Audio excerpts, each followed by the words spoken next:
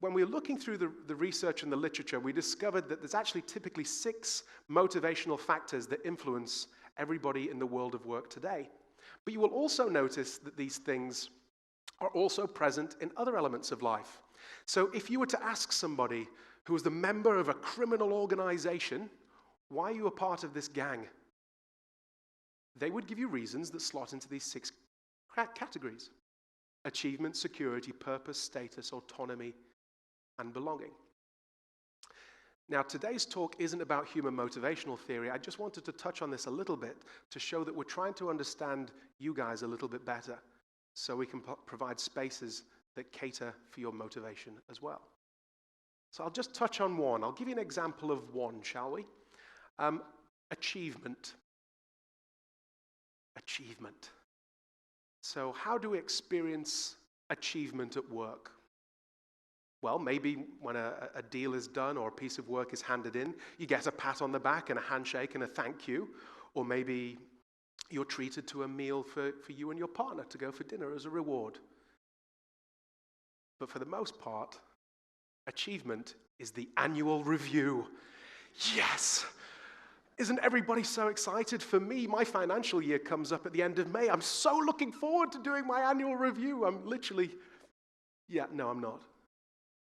Nobody is excited by the annual review. It's always a very painful process. But in our personal lives, we're experiencing significantly more achievement than we have done before. And this is across generations. Who has a social media account? Yeah, most people. Probably LinkedIn is what unites everybody in the room, right?